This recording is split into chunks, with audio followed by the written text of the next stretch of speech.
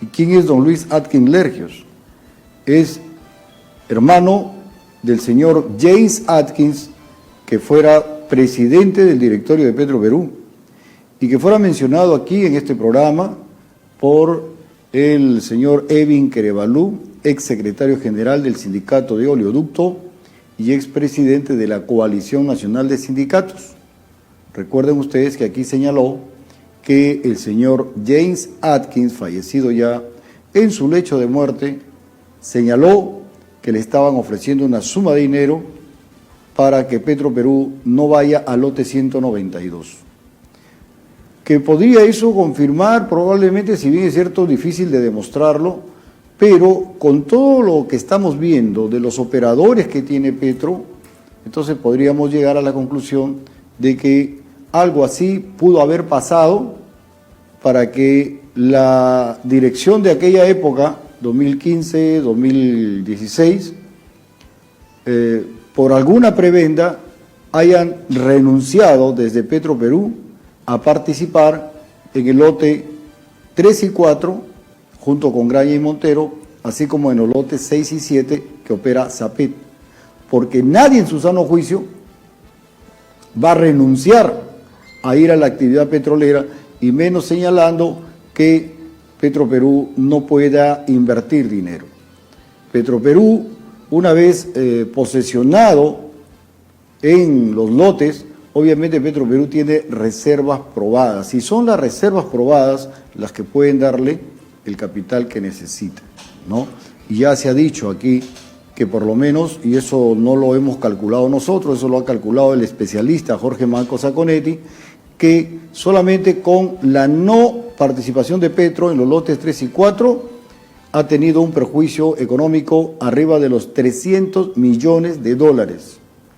Y es de esa corrupción de la que no se habla, no se dice nada. Es decir, 300 millones son moco de pavo para quien está o quien pretende convertirse en el luchador anticorrupción.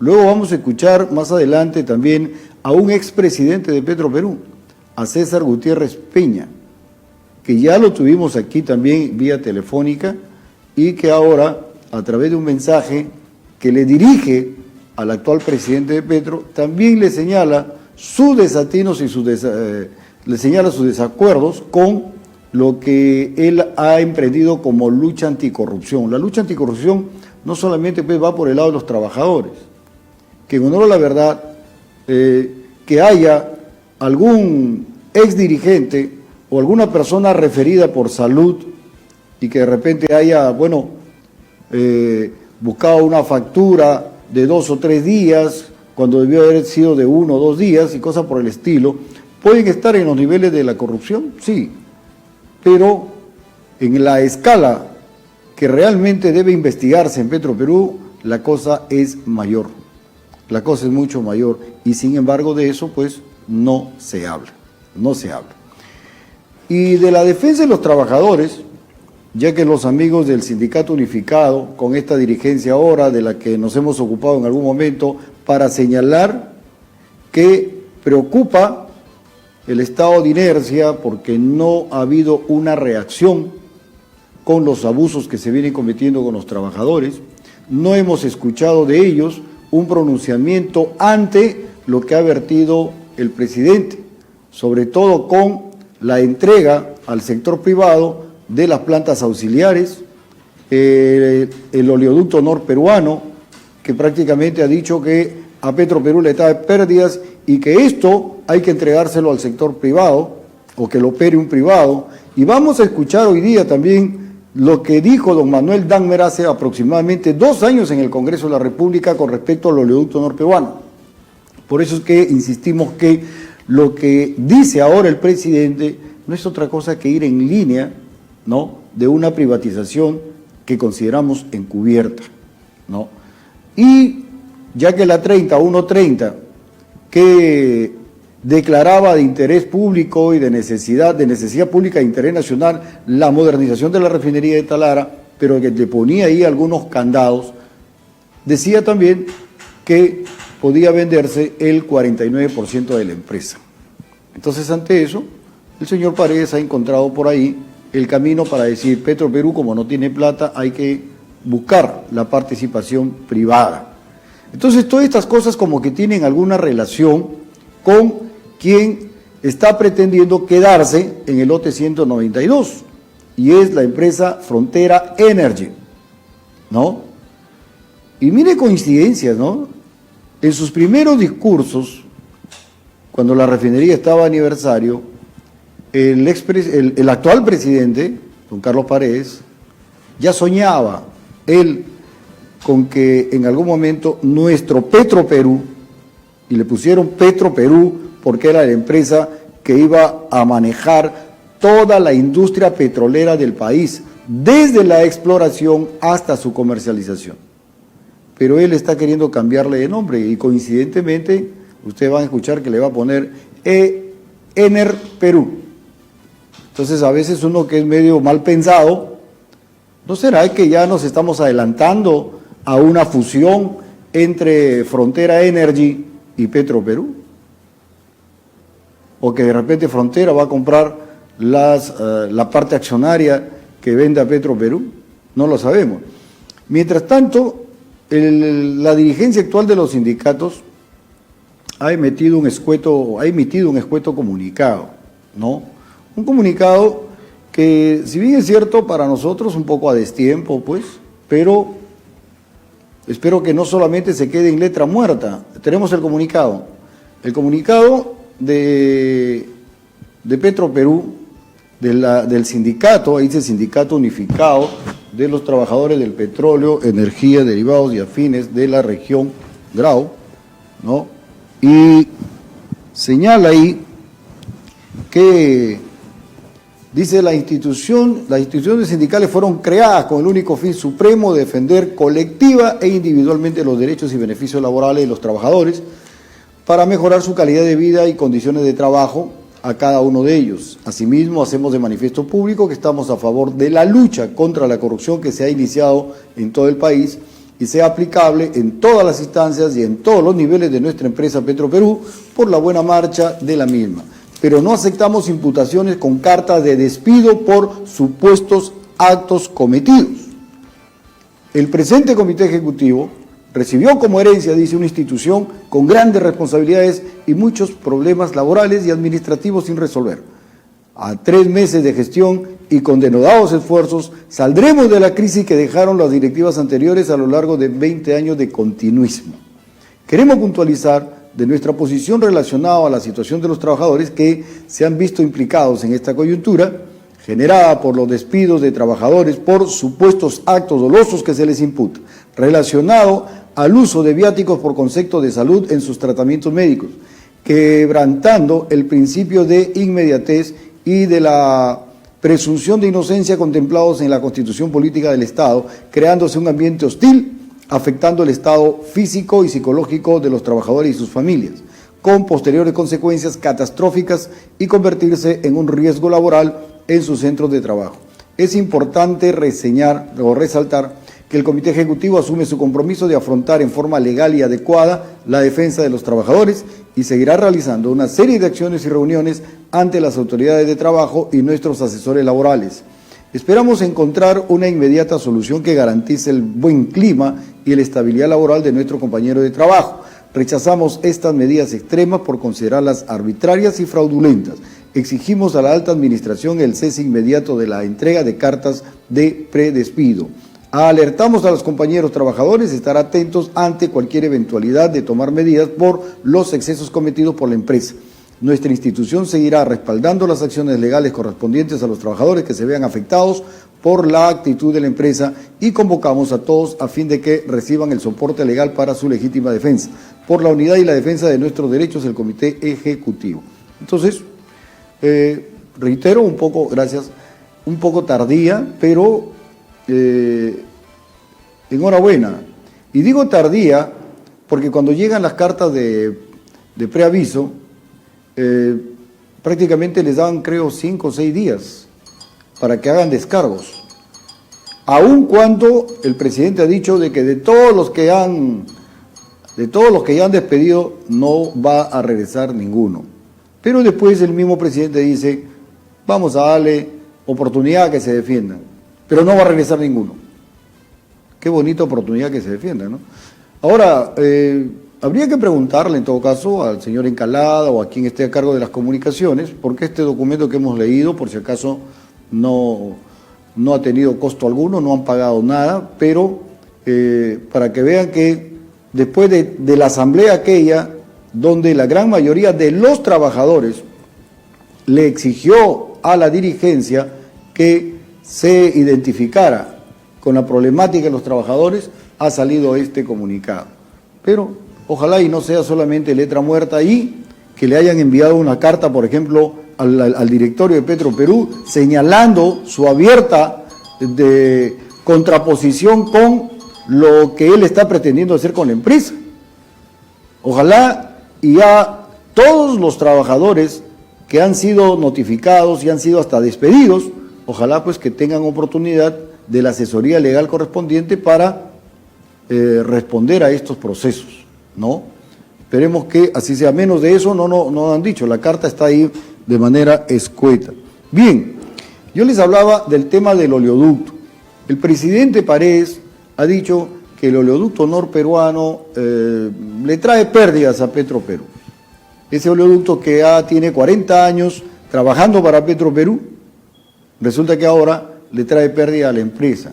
Pero ya lo ha dicho Jorge Manco Saconetti, que el problema no es el tubo, el problema son los lotes que hay en la selva y hay que exigir a las empresas que muevan la producción en la selva. Pero Manuel Dagmer en el Congreso hace 2 años advirtió, ustedes recuerdan que comenzaron a ocurrir derrames a cada momento y creo que llegaron como hasta 18 derrames de petróleo. ¿Por qué?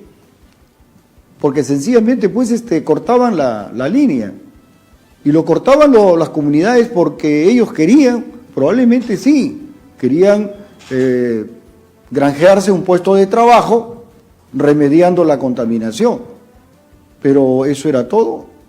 Resulta que los informes en el Congreso de la República de aquella época, en una comisión que investigó esto, presidida por César Villanueva, hoy preso, ¿no? Pero esa comisión, donde se logró probar y demostrar que los derrames no eran por deficiencias de Petroperú, no era porque estaba corroído el tubo, ni que por falta de operatividad, ni cosa por el estilo. Lo que pasa es que con el corte del tubo, desde nuestro punto de vista, se pretendía lograr 2 cosas.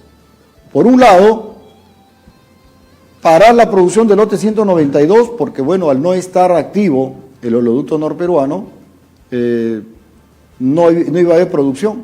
Y por ende, la empresa Frontera Energy tenía que aguantar su producción y de esa manera, de un contrato de 2 años, ya se va para 5. Y lo otro, desprestigiar a Petroperú. Decir que la empresa pues no le daba mantenimiento y todo lo demás. Eso se lo trajo abajo Manuel Dagmer en la Comisión de Energía y Minas. Escuchemos.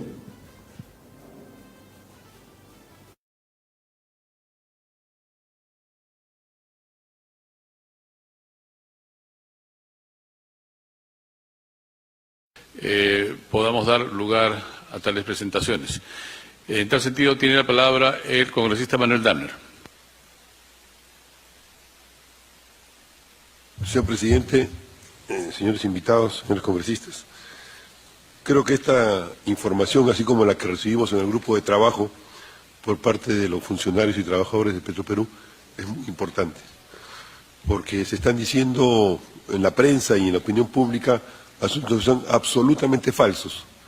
Primer tema, el oleoducto no sirve, está en corrosión, está corroído, hay que cambiarlo, hay que sacarlo. Eso es absolutamente falso. Toda la estadística demuestra que las fallas por corrosión son 5% a lo largo de la historia del oleoducto. Se miente al país. Más aún, se dice que la disminución de la producción nacional es por la corrosión del oleoducto norperuano. Realmente que es una mentira burda, que no condice con nada. Aquí no podrían desmentir los funcionarios de CENERMI, sino que me desmientan, pero ellos no lo han dicho. Ellos no dicen que la corrosión sea la causa. Dicen que hay varias causas y hablan del último periodo o de los últimos periodos. También se ha mentido y se ha dicho que no hay mantenimiento, no hay nada, que no se utilizan los factores técnicos modernos, los chanchos inteligentes o los corredores inteligentes para controlar, se utilizan. Hay gastos periódicos y hay acciones periódicas que se hacen.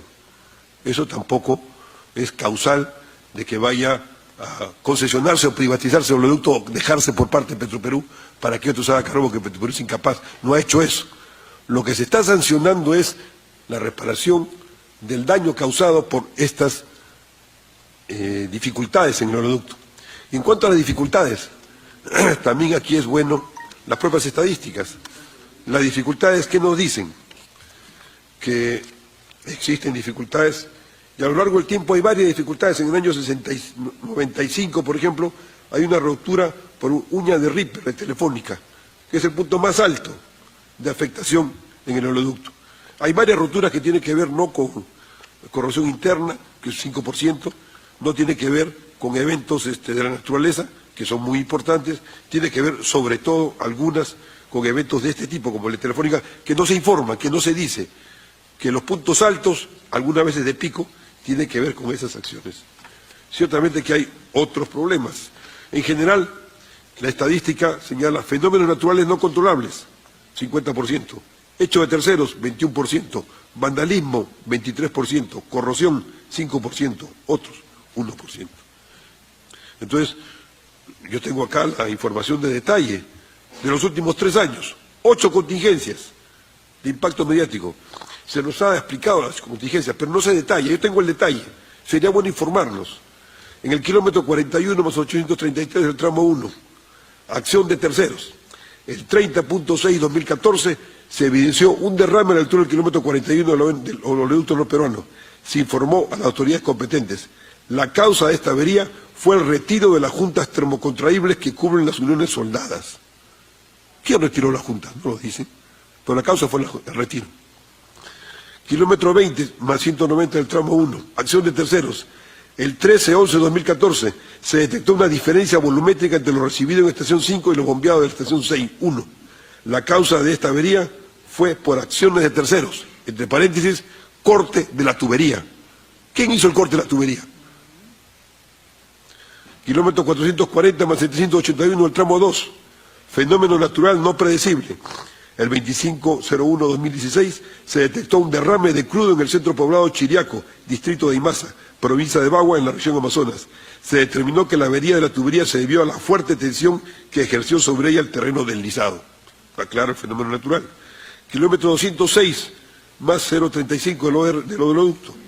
Abrasión por agente externo.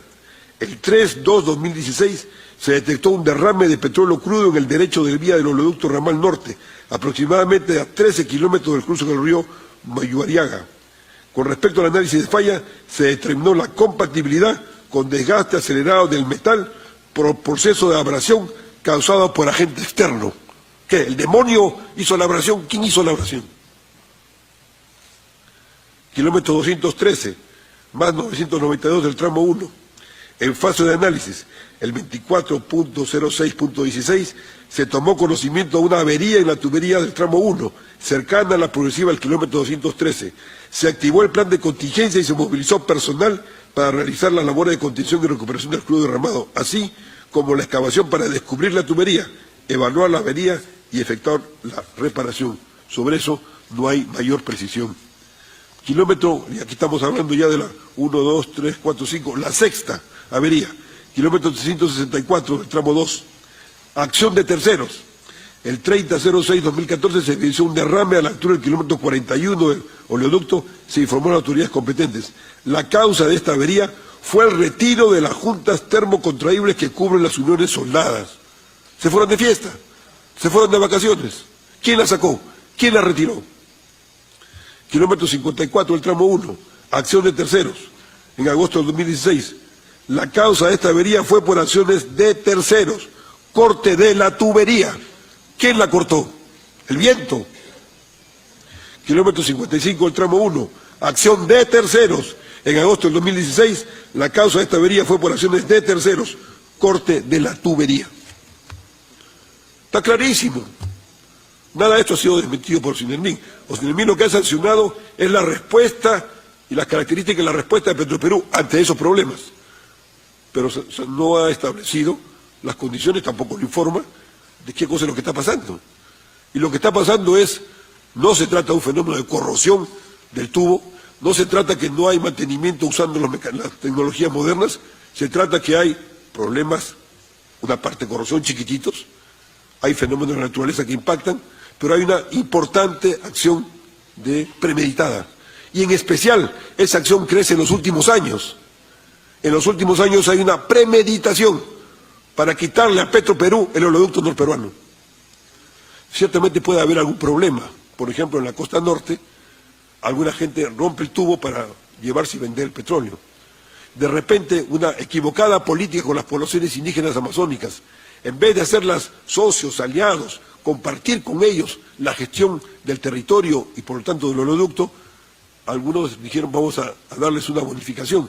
Y de repente eso ha ocasionado que algunos locos piensan que así obtienen un poco más. Yo he estado en una reunión con los pueblos indígenas y con el Ministerio de Energía y Minas, donde un indígena amazónico señaló, justamente cuando había el tema del lote 192, que ellos preferían que esté Petroperú, pero no solamente porque se iba a quedar y no se iba a ir, como las empresas extranjeras, sino porque Petroperú era el Estado, y el Estado eran todos, y ellos eran el Estado. Los pueblos indígenas son también parte del Estado peruano, son parte de la sociedad peruana. Bueno, no se ha producido una alianza adecuada entre Petroperú con los pueblos indígenas amazónicos, pero eso no es causal para decir que se privatice el oleoducto. Y con esto quiero terminar, señor presidente, porque las sanciones y los señalamientos de Osindelmin, creo que muchos de ellos tienen fundamento no en la parte de que digan que es causa de la corrupción. Ellos señalan cómo reaccionó Petroperú en su momento. Eso no está y tiene su proceso administrativo. Pero lo que está claro es que el pedido de facultades hecho por el Poder Ejecutivo es un pedido basado y dicho nada menos que por el presidente del Banco Central de Reserva de que el tubo está corroído, y dicho por una señora que es la que lleva personal a trabajar en Petroperú, la señora Cecilia Blume, diciendo que el ducto está viejo, ya no sirve. No, lo que se trata, señor presidente, es que alguien quiere entregar el ducto al sector privado. Y yo debo decir que el gobierno tiene que tener muy en cuenta que el primer proyecto de ley presentado a este Congreso por un congresista del gobierno fue para que se concesione el tubo del gasoducto al sector privado. El primer proyecto de ley. Y está registrado en el Congreso. Y sería gravísimo que termine concesionando el oleoducto al sector privado un presidente que ha sido miembro del directorio de una empresa que tiene que ver con los tubos, como la empresa Techin y Tenaris. Sería gravísimo. Eso tiene que ser visto en el Congreso. Esta discusión tiene que darse en el Congreso. Y tiene el Congreso que tomar por ley las normas correspondientes para poder potenciar Petroperú, convocar al sector privado lo que corresponda y para poder hacer frente a estas circunstancias en las cuales hay que evitar que las acciones de vandalismo continúen, enfrentarlas en una alianza sólida entre los pueblos amazónicos y los pueblos indígenas con el Estado y con Petroperú. ¿Se dan cuenta entonces la importancia no solamente del Congreso a instalarse el próximo año? Porque la advertencia estaba hecha, y esto es de algo de hace 2 años, 2017 más o menos, que ya se buscaba que darle el tubo, darle el oleoducto a el sector privado. Y hoy escuchamos al señor Paredes decir, el tubo me causa pérdidas anuales, así que de repente no lo manejamos nosotros. Porque claro, la perspectiva en la selva es de que la producción se incremente. Y cuando ésta se incremente, obviamente, pues va a viajar por el oleoducto. No olvidemos que el crudo pesado de la selva va a poder ser procesado ya en la refinería de Talara. Entonces ya no va a ir para otro lado, va a ir para la refinería de Talara, porque ahora sí vamos a poder procesar crudos pesados. Y esa es la advertencia. Estábamos viendo la posibilidad de conversar hoy con el señor Lucho Atkins. Él radica, en estos momentos está en la Ciudad de México, ¿no? En el país mexicano, en Ciudad de México, y vamos a conversar con él en unos momentos. Voy a ir a una pausa y luego de retorno vamos a continuar, porque este tema indudablemente siempre ha sido parte importante de la agenda de trabajo de este programa y lo tendrá que seguir siendo en la medida que estemos